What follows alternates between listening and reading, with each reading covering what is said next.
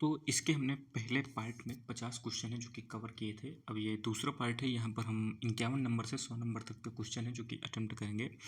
तो यहाँ पर देखिए 51 नंबर, ये आपको ध्यान देना है, प्राचीन भारत, मध्यकालीन भारत भी इसमें है और साथ में कला और साहित्य भी जुड़ा हुआ है। यहाँ पर देखिए क्या कह रहा है, 17वीं शताब्दी में मुगल शासन के दौरान भारत में व्यापार और वाणिज्य के विस्तार के पीछे निम्नलिखित में से कौन से कारक थे। तो आपको देखिए सही कथन है जो कि बताना है। तो यहाँ देखिए मुगलों के अधीन भारत का राजनीतिक एकीकरण, तो ये बात सही है। साम्राज्य में उनके प्रवेश के बिंदु पर माल पर एक समान कर लगाया जाता था, ये भी बात सही है। मानक मुद्रा के रूप में चांदी का सिक्का डालना चलता था, ये भी सही। तो यहाँ पर ध्यान देंगे तीनों कथन है जो कि सही है, तो विकल्प आपका डी यहाँ पर सही हो जाएगा। 52वां क्वेश्चन है, कल्हड़ की जो राज तरंगड़ी है इसके बारे में निम्नलिखित में से कौन सा कथन है जो कि सत्य है। तो इसमें देखिए कौन सा कथन है जो कि सत्य है। तो क्या कह रहा है, 12वीं शताब्दी में श्रीहर्ष और जय सिंह के संरक्षण में लिखा गया था। यह 12वीं शताब्दी तक कश्मीर के इतिहास का वर्णन करता है, ये भी बात सही है। यह जो है संस्कृत में लिखा गया है, ये भी सही है। तो ये चीज़ आपको ध्यान देना है। तो इसमें ऑप्शन नंबर सी यहाँ पर सही हो जाएगा। 53 नंबर क्या है, सूफियों का जो चिश्ती संप्रदाय है इसके बारे में पूछ रहा है कि कौन से कथन हैं जो कि आपके यहाँ पर सही हैं। तो यहाँ पर अगर बात करें हम, तो देखिए उन्होंने एक सादा जीवन व्यतीत किया और शाही दरबार से ये अलग, तो ये बात सही है। इसके बाद वे योग और संगीत जैसे आध्यात्मिक अभ्यासों में विश्वास करते थे, ये भी बात सही है। उन्होंने शाम नामक लोकप्रिय संगीत का पाठ किया, ये भी सही है। वे कुरान की शिक्षाओं को नहीं मानते थे, ये बात आपकी गलत है। ऐसा थोड़ा ना कि नहीं मानते थे, बस ये थोड़ा सा ये लिबरल प्रकार के थे, यानी दूसरे धर्मों को भी ये समझते थे और उनकी अच्छाइयों को ये लेते थे, ठीक है। 54 नंबर क्या है, इब्न बतूता के संदर्भ में आपसे इसमें भी पूछा है कौन से सत्य हैं, ठीक है। तो यहाँ पर देखिए 54 नंबर क्वेश्चन की बात करें तो क्या हो जाएगा, वह मोरक्को से भारत पर भ्रमण करने आया था, बिल्कुल सही बात है। भारत का भ्रमण उस समय किया जब अलाउद्दीन खिलजी जो है यहाँ पर सुल्तान था। क्या ये सही है? तो ये गलत है आपका, अलाउद्दीन खिलजी नहीं, यहाँ पर मोहम्मद बिन तुगलक का था, ये चीज़ आपको ध्यान देना है। अगला क्या है, इसने अरबी भाषा में अपना यात्रा वृतांत है रिहला में किया है, तो ये भी सही। 1 और 3 सही है, तो ऑप्शन नंबर सी यहाँ पर सही हो जाएगा, ठीक। इसके बाद देखिए 55 नंबर क्या है, मध्यकालीन युग में भारत भ्रमण करने वाले एक विदेशी यात्री था जो भारत की यात्रा की जिसने, और उसके संबंध में ये सब चीज़ें दी हैं। तो यहाँ पर आपको देखिए बताना है कौन सा सही है। तो मार्को पोलो एक इटालियन यात्री था। तो बताइए भाई साहब, क्या ये इटालियन यात्री था जिसने 13वीं सदी में भारत का दौरा किया। अब्दुल रज्जाक ने 15वीं सदी में विजयनगर साम्राज्य का है जो कि दौरा किया था। और इब्न बतूता ने अपनी पुस्तक जो है किताबुल हिंद में भारत का वर्णन है जो कि किया है। तो यहाँ पर क्या सही हो जाएगा, देखिए आपसे पूछा है यहाँ पर 55 में कौन सा जो कि सही है, तो पहला और दूसरा आपका सही है, ये चीज़ आपको ध्यान दीजिएगा। और क्या कहते हैं, आगे यदि बात करें इसमें देखिए मार्को पोलो इटालियन था, ये बात तो हमें पता ही है। और किताबुल हिंद में जो है ये ध्यान दीजिएगा किसने की है, इब्न बतूता ने की, बल्कि ये किसकी है, तो अल बर्न की है, ये चीज़ आपको ध्यान देना है, ठीक है। अगला है 56 नंबर। तो 56 नंबर क्वेश्चन क्या है, अमीर खुसरो जो दिल्ली सल्तनत काल को एक प्रसिद्ध कवि, संगीतज्ञ और विद्वान था, ये जो है किन सुल्तानों के शासनकाल से संबंधित था, तो आपको ये बताना। तो 56 में ध्यान दीजिएगा क्या हो जाएगा आपका, यहाँ पर ध्यान दीजिएगा इल्तुतमिश आपका नहीं होगा, बाकी देखिए जलाउद्दीन खिलजी, अलाउद्दीन खिलजी, गयासुद्दीन तुगलक और बलवन, ये आपके सभी ये सही हो जाएंगे, यानी 2 3 4 5 है जो कि यहाँ पर सही हो जाएंगे, ये चीज़ आपको ध्यान देना है, ठीक है। अगला क्या है 57 नंबर, निम्नलिखित में से किस कारक ने मराठा साम्राज्य के उदय में योगदान किया है। तो यहाँ पर देखिए काफ़ी अच्छा क्वेश्चन है, ये रिपीटेड क्वेश्चन है आपका। तो देखिए इसका मराठ क्षेत्र की भौगोलिक विशेषता सही है, भक्ति आंदोलन ये भी सही है, मराठों का प्रशासनिक और सैन्य अनुभव ये भी सही है, तोप खाने की श्रेष्ठता ये आपका गलत है। 1 2 3 यहाँ पर सही हो जाएगा, चौथा आपका कथन यहाँ पर गलत हो जाएगा, ठीक। 58 नंबर क्वेश्चन क्या है, मध्य युगीन भारत के धार्मिक इतिहास में सूफी आंदोलन के विकास के संदर्भ में निम्नलिखित कथनों पर विचार करना है और इसमें आपको बताना है कौन सा सही है। तो ये मध्य युगीन भारत के ही धार्मिक इतिहास के बारे में, सूफी आंदोलन के बारे में जो चीज़ें आपसे पूछ रहा है। तो यहाँ पर देखिए इसका प्रारंभ खिलाफत के बढ़ते भौतिकतावाद के विरोध में हुआ था। बिल्कुल सही बात ये है। सूफी धर्मवेत्ताओं द्वारा कुरान की रूढ़िवादी व्याख्या के आलोचक थे, ये भी बात आपकी सही है, तो ये दोनों कथन सही हो जाएंगे। शरिया कानूनों को सभी सूफी सिलसिलों द्वारा खारिज कर दिया गया था, तो यहाँ पर ये बात गलत है। सभी के द्वारा नहीं खारिज किया गया था, बल्कि कुछ लोगों के साथ खारिज किया गया था, और कुछ जो सूफी संत थे तो वो नहीं मानते थे, यानी वो शरिया कानूनों को तवज्जो जो कि देते थे, ठीक है, उन्हें खारिज नहीं किया पूरी तरह से। 59 नंबर क्या है, मुगल काल के दौरान मनसबदारी प्रथा जो है इसके संदर्भ में चीज़ें दी हुई हैं, और यहाँ पूछा कौन सा सही है। तो यहाँ पर देखिए यह केवल सैनिक और सेना के अधिकारियों को रैंक और पद देने की व्यवस्था थी, तो बिल्कुल गलत है। मनसबदार अपनी तनख्वाह केवल जागीर के रूप में प्राप्त करते थे, ये भी बात आपकी गलत है। तो यहाँ पर देखिए ध्यान दीजिएगा, तो ये जो मनसबदार थे ना, ये देखिए वेतन को या तो नकद में ले लेते थे या भूमि के आवंटन के रूप में भी, यानी जागीर के रूप में भी प्राप्त करते थे, ठीक है, ये चीज़ आपको ध्यान देना है। 60वां नंबर क्वेश्चन की बात करें हम, ये हो गया आपको डी नंबर यहाँ पर हो जाएगा। इसके बाद देखिए मुगल महल परिसर की एक लोकप्रिय विशेषता जिसे हम नक्कार खाना कहते हैं, तो नक्कार खाना क्या था, तो ध्यान दीजिएगा, नक्कार खाना आपका एक ये नगाड़े रखने का एक स्थान था जहाँ से धार्मिक और अनुष्ठान संगीत है जो कि बजाया जाता था। अगला क्वेश्चन है मराठा साम्राज्य यानी प्रशासन के संदर्भ में निम्नलिखित कथनों पर विचार करना है। मराठा कानून मनु की विधि संहिता पर है जो कि आधारित था, तो क्या ये बात सही है, तो यहाँ पर देखिए ये बात बिल्कुल सही है आपकी। इसके बाद आगे बात करें, जो मामलतदार थे ये ग्राम स्तर पर राजस्व और न्यायिक प्रकार्यों को है निष्पादित करता था, तो ये बात आपकी गलत है। पेशवाओं ने अपनी सेना में बड़ी संख्या में यूरोपीय लोगों की नियुक्ति की थी, ये भी सही, तो 1 और 3 है जो कि यहाँ पर सही हो जाएंगे, यानी ऑप्शन नंबर बी है जो यहाँ पर सही हो जाएगा। 62 नंबर क्वेश्चन की बात करें, किस मुगल शासक के शासनकाल के दौरान कोहिनूर हीरा जो है भारत से जो है फारस लाया था, तो यहाँ पर देखिए फारस से किसके समय में आ गया था, तो ध्यान दीजिएगा ये आपका मोहम्मद शाह जब शासक था तो उसी के समय ही आ गया था। और ये नादिर शाह जो एक फारसी शासक था, ये 1747 में भारत में आता है, और करनाल का युद्ध होता है, ठीक है, मोहम्मद शाह के खिलाफ और नादिर शाह के मध्य में, दोनों के मध्य, और यहाँ पर मोहम्मद शाह बुरी तरह हार जाता है। तो नादिर शाह करता क्या है, ये अपने साथ मयूर सिंहासन और कोहिनूर हीरा था जिसे प्रकाश का पहाड़ भी कहते हैं, और दरिया नूर हीरा भी ये लेकर चला जाता है। अगला क्वेश्चन, निम्नलिखित विशेष विदेशी यात्रियों पर कौन विजयनगर साम्राज्य के दौरान है जो कि भारत आया था, तो 63 नंबर ध्यान दीजिए आपका क्या हो जाएगा, तो अब्दुल रज्जाक और फर्नांडो नूनिज ये आपके दोनों आए थे, लेकिन फाहियान नहीं आया था विजयनगर साम्राज्य के दौरान, तो ऑप्शन नंबर ए यहाँ पर है जो कि सही हो जाएगा, ये चीज़ आपको ध्यान देना है। अब देखिए काल भी आपको ध्यान देना है, जो निकोलो दी कोंटी था ये इटालियन था, तो 1420 से 1421 के आसपास में आता है। इसके बाद अब्दुल रज्जाक आता है, फिर बारबोसा आता है, फिर डोमिंगो पायस और फर्नांडो नूनिज आता है, ये चीज़ आपको ध्यान देना है। अब फाहियान की बात करें तो चंद्रगुप्त के समय है जो कि ये आता है, ये चीज़ भी आपको जो है ध्यान देने की ज़रूरत है, ठीक है, ये चीनी यात्री था। 64 नंबर क्वेश्चन की बात कर लें, तो हुमायूं के मकबरे के संदर्भ में चीज़ें पूछ रहा है, तो यहाँ पर क्या पूछ रहा है, सही पूछ रहा है, तो यह भारतीय उपमहाद्वीप का पहला उद्यानों वाला मकबरा था, तो बिल्कुल सही बात है ये, ठीक है। इसकी मुख्य निर्माण सामग्री संगमरमर थी, गलत है। इसका निर्माण पूर्णतः फारसी शैली पर हुआ है, ये भी बात आपकी गलत है, ठीक है, तो 64 का ए नंबर ही है जो कि यहाँ पर सही हो जाएगा। 65 नंबर क्वेश्चन की हम बात करें, तो निम्नलिखित में से कौन सा यूरोपीय यात्री अकबर के शासनकाल में है जो कि भारत आया था, तो 65 का ध्यान दीजिएगा, रॉल्फ फिंच है जो कि अकबर के शासनकाल में आया था, ठीक है, और ये यूरोपीय यात्री और व्यापारी था, ठीक है। अपनी यात्रा के दौरान यह टाइगर नाम के जहाज से ही आया था, ये चीज़ भी आपको ध्यान देना है, ठीक है। शाहजहाँ के शासनकाल में कौन आता है, तो ध्यान दीजिएगा ये पीटर मुंडी है जो कि आता है, ठीक है, 1630-32 के दौरान है जो कि आता है। इसके बाद मनुची की बात करूँ तो यह एक इटालियन डॉक्टर था जो कभी यूरोप नहीं लौटा, भारत में ही ये बस गया था। उसने जो है शाहजहाँ से लेकर फरुखसियर तक 5 मुगल सम्राटों का शासन है जो कि देखा था, और उसने जो है ये जो आपका मनुची है इसने दारा शिकोह और राजा जय सिंह की सेना में सेवा भी प्रदान की थी। 66 नंबर क्वेश्चन की बात करें, तो भारत में मुगल साम्राज्य के सांस्कृतिक इतिहास के संदर्भ में कोर्निश, चेहरा, तस्लीम और जमीन बोस किससे संबंधित हैं, तो 66 नंबर क्वेश्चन की बात करें तो देखिए शासन के प्रति अभिवादन के तरीकों से जो कि ये संबंधित है, ये चीज़ ध्यान दीजिएगा।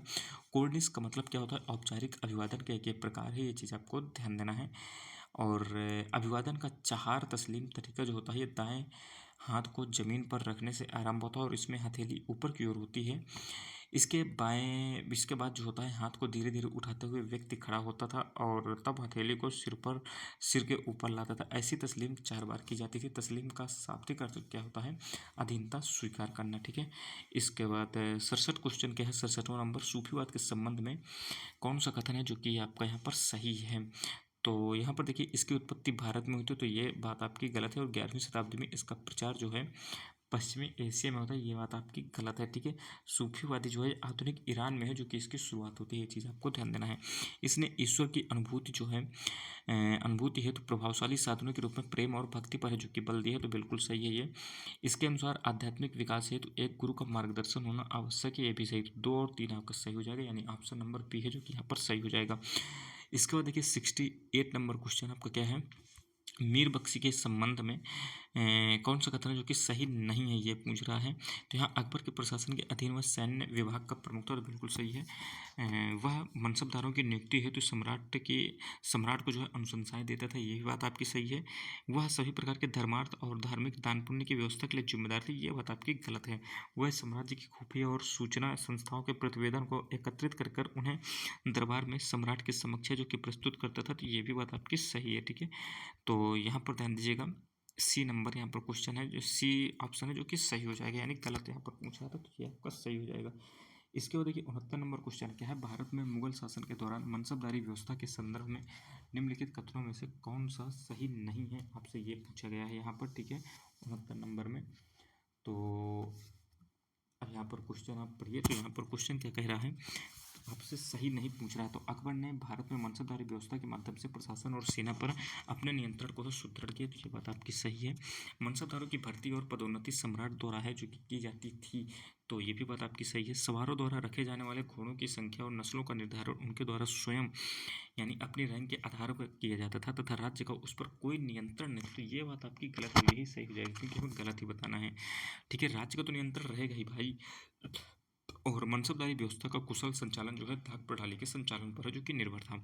70 नंबर क्वेश्चन की बात करें तो यहाँ पर देखिए क्या है, विजयनगर साम्राज्य के संदर्भ में निम्नलिखित कथनों पर आपको विचार करना है। तुलु वंश के हरिहर और बुक्का ने विजयनगर साम्राज्य की जो कि स्थापना की थी। यहाँ पर देखिए आपसे पूछ रहा है कौन से सही हैं, तो ध्यान दीजिएगा, सही में आपका ये पहले तो आपका गलत हो जाएगा, क्योंकि हरिहर और बुक्का ने विजयनगर की थी, ना कि तुलु वंश की।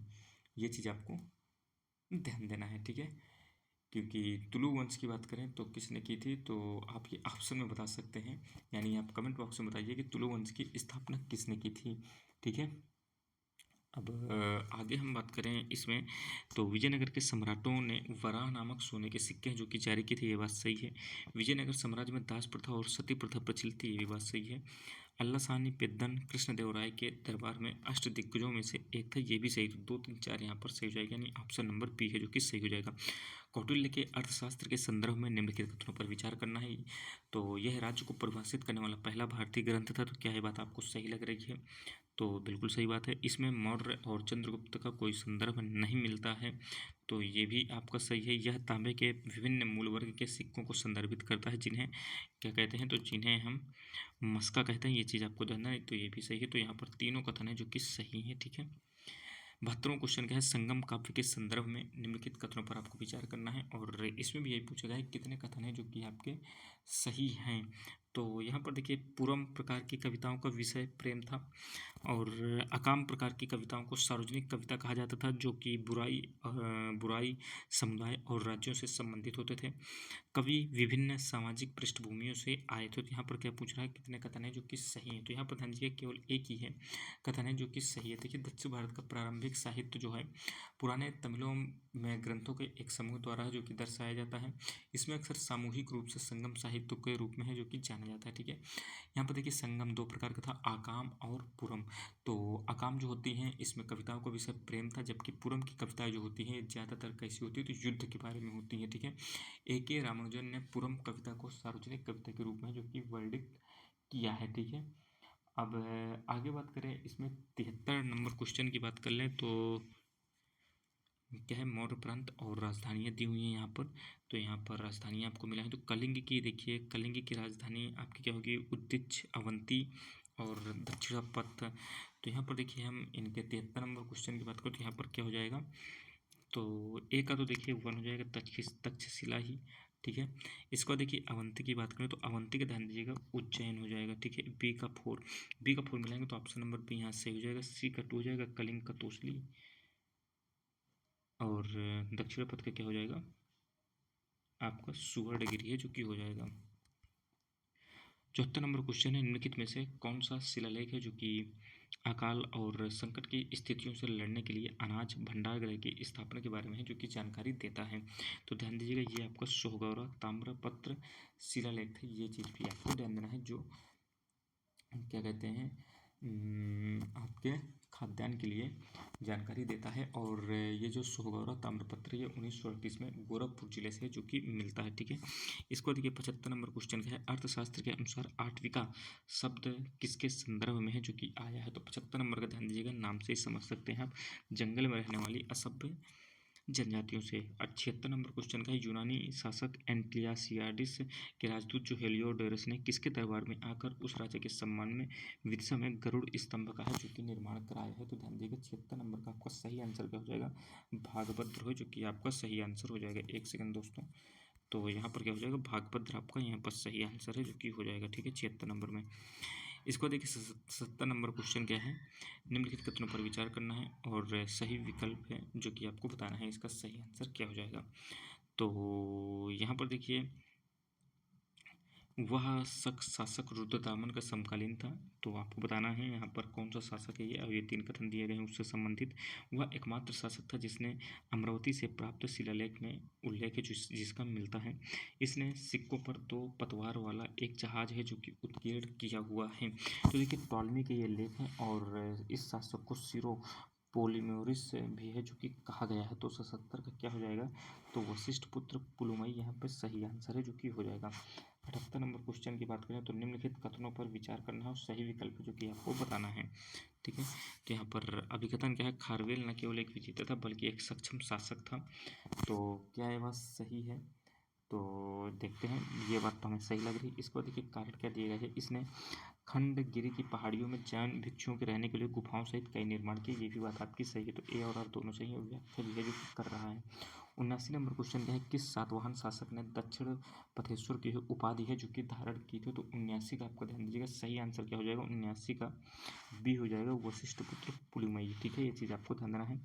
80 नंबर क्वेश्चन क्या है, निम्नलिखित कथनों पर विचार करना है। कथन कारण का है, मौर्य काल के बाद राजस्व के देवत्व का दर्जा है जो कि प्राप्त हो जाता है। तो ये आपका सही बात है। विकेंद्रीकरण की प्रवृत्तियाँ जो हैं, इनको नियंत्रित करने के लिए राज्य सत्ता में सदैव जो है देवत्व का समावेश करना आवश्यक होता है। ये भी आपका है सही है, तो ऑप्शन नंबर ए सही हो जाएगा। ए और आर दोनों सही है, व्याख्या भी कर रहा है। अब देखिए यहाँ पर आपका है 81 नंबर में कौन सी में सही सुमेलित नहीं है, तो गाथा सप्तशती। तो गाथा सप्तशती की बात करें तो 81 में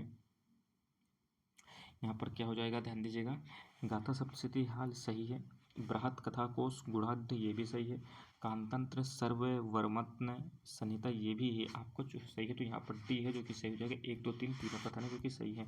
82 नंबर क्वेश्चन क्या कहता है, निम्नलिखित कथनों पर विचार करना है और सही विकल्प है जो कि आपको यहाँ पर बताना है, ठीक है। तो यहाँ पर देखिए कह रहा है, अभिकथन क्या है, सुदूर दक्षिण का शहरीकरण सामाजिक आर्थिक परिवर्तनों से प्रेरित नहीं था बल्कि इंडो रोमन व्यापार और क्षेत्रीय व्यापार से प्रेरित था। तो क्या है बात सही, तो बिल्कुल सही है। कारण क्या है, व्यापार गतिविधि के कारण कुछ शहरी परिक्षेत्रों का उदय हुआ जो 3री शताब्दी ईस्वी में रोमन साम्राज्य के पतन के साथ घट गए। तो ये भी आपका सही, तो ऑप्शन ए है जो कि यहाँ पर सही हो जाएगा, ठीक है। 83rd क्वेश्चन क्या है, स्थानीय सुशासन के बारे में बात करने वाला प्रसिद्ध जो उथिरामेरूर शिलालेख है ये किसका है। तो यहाँ पर ध्यान दीजिएगा 83 का जो आपका सही आंसर क्या हो जाएगा, ये चोल राजा परांतक चोल प्रथम है जो कि यहाँ पर सही आंसर हो जाएगा। 84 नंबर क्वेश्चन क्या है, संगम काल के प्रशासन के संबंध में निम्नलिखित कथनों पर आपको विचार करना है। तो यहाँ पर देखिए सत्य पूछ रहा है, कौन सा कथन है जो कि आपका सत्य होगा 84 नंबर में। तो संगम प्रशासन जनजातीय मुखियापन पर आधारित था। निरंतर युद्ध उसके दक्षिण समाज की एक प्रमुख विशेषता है। कर प्रणाली स्थापित नहीं हुई थी उस समय, और स्थायी सैन्य और स्वतंत्र नौकरशाही की उपस्थिति है जो कि यहाँ पर देखने को मिलती है। तो 84 का देखिए 1 3 4 है जो कि आपका सही हो जाएगा। 1 3 4 दूसरा कथन है जो कि आपका गलत है यहाँ पर, ठीक है। इसके बाद 85 क्वेश्चन है प्राचीन भारत के संदर्भ में जो उमन चट्टू शब्द का तात्पर्य है जो कि आपको बताना है। तो ध्यान दीजिएगा, उमन चट्टू आपको होता क्या है, तो ये आपका नमक व्यापारियों का कारवा है जिसे हम उमन चट्टू है जो कि कहते हैं। ठीक है, 86 नंबर क्वेश्चन है सातवाहन साम्राज्य के संदर्भ में निम्नलिखित कथनों पर विचार करना और पूछना है कितने कथन है जो कि आपके सही है 86 में। तो यहाँ पर देखिए सातवाहन राजा हाल ने कविताओं का संग्रह जो है गाथा सत्ता सही है जो कि चलाई थी। तो बताइए क्या इन्होंने इसकी रचना की थी। इसके बाद देखिए आगे बात करें हम, गौतमीपुत्र सातकर्णी ने अपने सिक्कों पर जहाज़ों का चित्रण किया। सातवाहन राजा देवपुत्र की उपाधि जो है धारण करते थे। तो देखिए सातवाहन राजा जो है हाल हैं, इन्होंने 17वीं सदी के बारे में माना जाता है कि इन्होंने महाराष्ट्र प्राकृत बोली में 700 कामुक कविताओं का संग्रह जो कि किया था, जिसे देखिए गाथा सत्ता सही है जो कि कहते हैं। तो ये आपका ऑप्शन नंबर ए सही हो जाएगा, यानी केवल एक है जो कि आपका यहाँ पर सही हो जाएगा। ठीक है, 87 है चेरा साम्राज्य के संबंध में निम्नलिखित कथनों पर विचार करना है। कितने कथन है जो कि आपके सही है, ये यहाँ पर पूछ रहा है। तो 87 का ध्यान दीजिएगा, उरैयूर चेरों की राजधानी थी। बताइए क्या उरैयूर थी, तो इसकी राजधानी उरैयूर थी, बिल्कुल सही बात है। ठीक है, टुंडी और मुचरी चेरा साम्राज्य के महत्वपूर्ण बंदरगाह थे। तो यहाँ पर देखिए प्रमुख जो चोल बंदरगाह है आपका पुहार था, ये चीज़ आपको ध्यान देना है, पुहार। और आगे बात करें तो पुहार तो था ही, जिसे हम कावेरी पट्टिनम के नाम से भी जानते हैं। और प्रमुख पांड्य बंदरगाह की बात करें तो पांड्य में आपको कोरकाई है जो कि आता था। ठीक है, और करिकाल चेर वंश का प्रसिद्ध राजा था। तो क्या करिकाल को हम वेन्नी की लड़ाई में पांड्यचेर और उनके सहयोगियों सहित एक संघ में हराने का काम करते हैं। ये करिकाल जो है ये चोल राजा था, ये चीज़ आपको ध्यान देना, ना कि चेर वंश का था। ठीक है, 88 नंबर क्वेश्चन का है संगम युग और साहित्य के बारे में निम्नलिखित कथनों पर आपको विचार है जो कि करना है। तो यहाँ पर कौन सा सही है, तो संगम साहित्य मुख्यतः धार्मिक प्रवृत्ति का है, गलत है।